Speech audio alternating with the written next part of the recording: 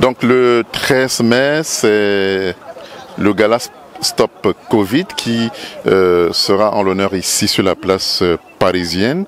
On est avec nous Claire Ntolo qui est l'initiatrice même de cette belle idée après cette étape Covid qui a terrorisé pratiquement le monde entier.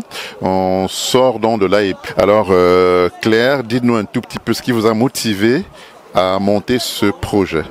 Dans ce projet, je le ficelle quand je suis en 3e année, en 2018.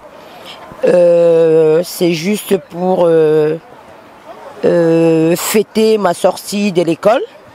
Et ensuite, quand je sors de l'école, c'est la pandémie du Covid-19. Et suite à des collègues qui ont perdu leur vie pour sauver d'autres vies.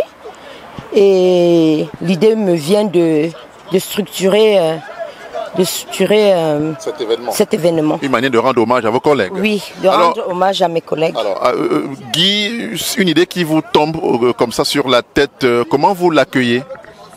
Vous savez, un événement comme celui-ci, présenté par quelqu'un qui est du corps médical, quand on sait que pendant la période Covid, les infirmières sauvaient des vies et risquaient les leurs.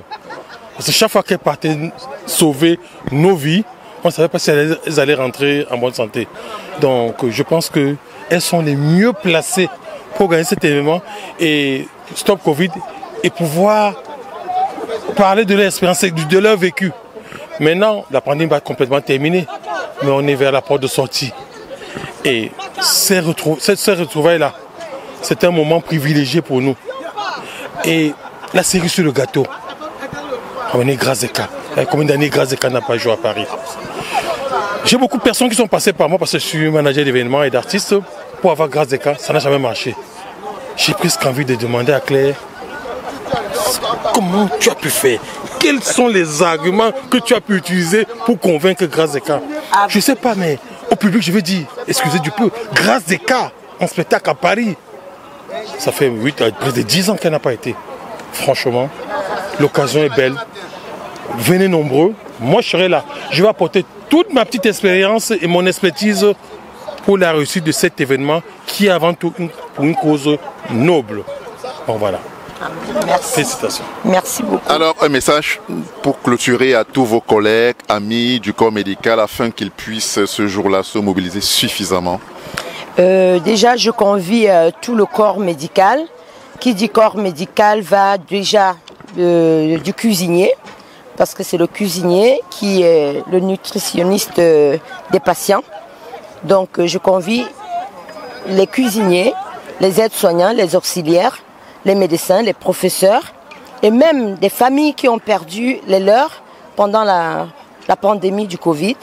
Et enfin, on essayera de commémorer ce moment et de se souvenir des bons et des mauvais moments qui ont fait en sorte que on se soude pour pouvoir vaincre l'ennemi commun. Effectivement, donc Guy, la suite, voilà. Une chose, ce serait l'occasion pour nous de remercier le corps médical parce que ces gens nous ont beaucoup aidés pendant cette pandémie. On a souvent individuellement dit merci, mais c'est une occasion en collégialité de vous dire merci pour tous les efforts que vous avez fournis pour nous maintenir en vie et tous les risques que vous avez courus. Trop de choses ont été dites par rapport à cet événement. Vous savez, quand quelque chose est bien, il y a toujours des petits quoi. Là, cet événement, je vous annonce déjà, ce sera un guichet fermé. Amen. Je vais apporter toute ma petite expérience pour la réussite de cet événement. Et je demande à tous les collègues promoteurs, acteurs culturels de se mobiliser pour la réussite de cet événement qui est une cause noble. Si nous sommes en vie aujourd'hui, on a une pensée pour tous ceux qui sont partis avant nous. Mais n'oublions pas que, quelque part à part la bénédiction du monsieur là-haut, on a eu des gens comme ça qui se sont battus, qui ont sacrifié leur vie pour nous. Rendez-vous le 13 mai. Ça sera un très bel événement. Merci. Un dernier mot, Claire. Je remercie le père Guy Metan de cette main tendue que j'ai tant souhaité et tant rêvé. Et aujourd'hui, je rends grâce à Dieu de m'avoir accordé sa bénédiction à travers lui.